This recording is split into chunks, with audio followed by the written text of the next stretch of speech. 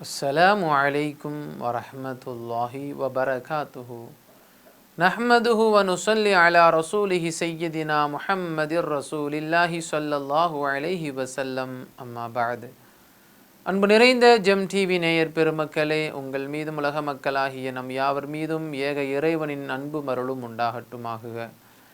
இஸ்லாமிய நற்போதனைகளில் இன்றைய தினம் நாம் பார்க்கவிருப்பது பழைய நினைவுகள்.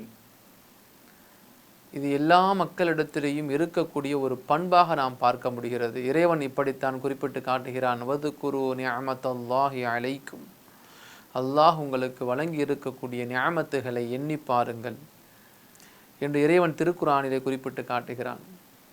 சிலருடைய வாழ்க்கையில் சிலருக்கு ஏதாவது ஒரு வகையில் யாராவது ஒருவர் உதவி செய்திருப்பார். அந்த உதவியின் மூலமாக அவர் தன் வாழ்க்கையில் ஒரு நல்ல நிலைக்கு வந்திருக்கலாம். அல்லது ஒரு நல்ல ஒரு படிப்புக்காக வேண்டி வழிகாட்டி கொடுத்திருக்கலாம், தொழில்துறையில் வழிகாட்டி கொடுத்திருக்கலாம், அல்லது குடும்பத்தில் ஒரு நல்ல ஒரு சூழ்நிலையை அமைத்து கொடுத்திருக்கு. இப்படி ஏராளமான நல்ல விஷயங்களை நமக்கு சொல்லலாம். ஆனால் சில மனிதர்கள் யார் நம்முடைய வாழ்க்கைக்கு வழி அமைத்து கொடுத்தார்களோ அவர்களை மறந்து கொஞ்சம் வசதி படைத்தவனாக செல்வந்தனாக மாறிய பின்பு யார் நமக்கு வழிகாட்டி கொடுத்தார்களோ அவர்களை கொஞ்சம் கூட மதிக்காமல் போகிறவங்களும் சில பேர் இருக்கிறாங்க. பழைய விஷயங்களை நமக்கு இவர் தான் வழிகாட்டி கொடுத்தாரு, இவர் தான் இந்த விஷயத்தை நமக்கு சொல்லி கொடுத்தாரு, இவர் சொல்லி கொடுத்ததுனால தான் நம்ம இந்த பொசிஷனில் இந்த நிலையில் நம்ம இருக்கிறோம் என்கிற நிலையை மறந்து சில நபர்கள் இருக்கிறார்கள். ஆகையினால நாம் நம்முடைய வாழ்க்கையில் பழைய நினைவுகளை மறந்து விடக்கூடாது. உதாரணமாக சொல்ல வேண்டும் என்று சொன்னால், ஹதீஸ்களை அதிகமாக அறிவித்த ஹசரத் அபூ ஹுரைரா ரலியல்லாஹு அன்ஹு அவர்கள் தன்னுடைய வாழ்க்கையில் நடந்த ஒரு நிகழ்வு. இரவு நேரத்தில் ஒரு பள்ளிவாசலுடைய இடத்துல இருந்து கொண்டு அல்லாஹு அக்பர் என்று தக்பீர் சொல்லி கொண்டே இருந்தார்களாம்.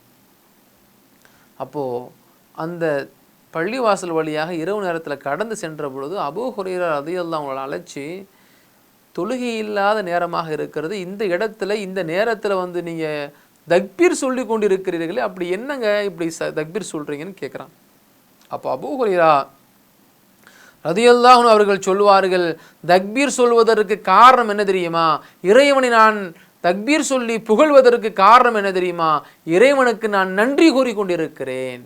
எனக்கு இறைவன் வழங்கி இருக்கக்கூடிய நிஅமத்துகளை, கடந்த காலத்தில் இறைவன் எனக்கு கொடுத்திருக்கக்கூடிய முன்னேற்றங்களை நினைத்து நான் இறைவனுக்கு நன்றி கூறும் விதமாக தக்பீர் சொல்லி கொண்டிருக்கிறேன் என்று அபூ ஹுரைரா ரலியல்லாஹு சொல்லுவாங்க.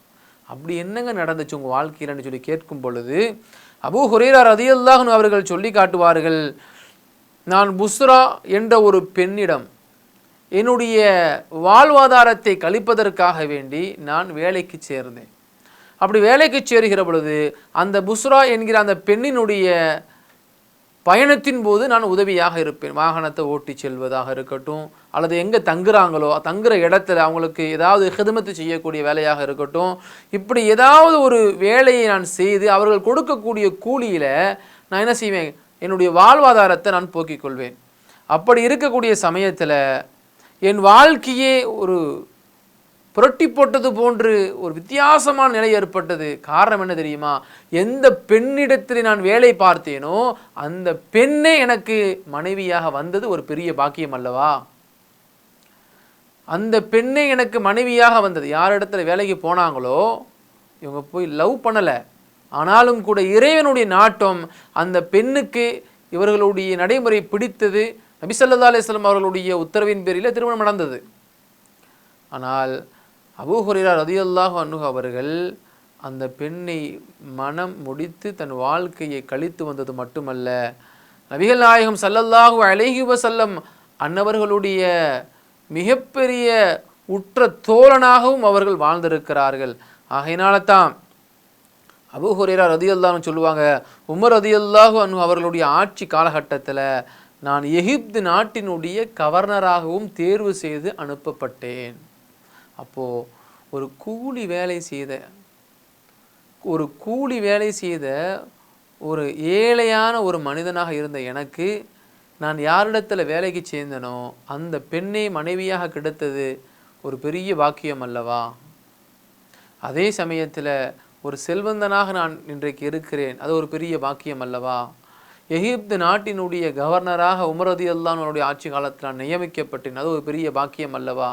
அப்போ கடந்த கால என்னுடைய பழைய நினைவுகளை நான் நினைத்து பார்த்தேன். எப்படி இருந்த நான் இன்றைக்கு இந்த அளவிற்கு உயர்த்தப்பட்டு இருக்கிறேனே, அப்போ அந்த இறைவனை நான் நன்றி கூறும் விதமாக அல்லாஹு அக்பர் என்று தக்பீர் சொல்லி என் இறைவனுக்கு நான் நன்றி செலுத்தி கொண்டிருக்கிறேன் என்று அபூ ஹுரைரா ரலியல்லாஹு சொல்லுவாங்களாம். அருமையானவர்களை கொஞ்சம் யோசிக்கணுமா இல்லையா?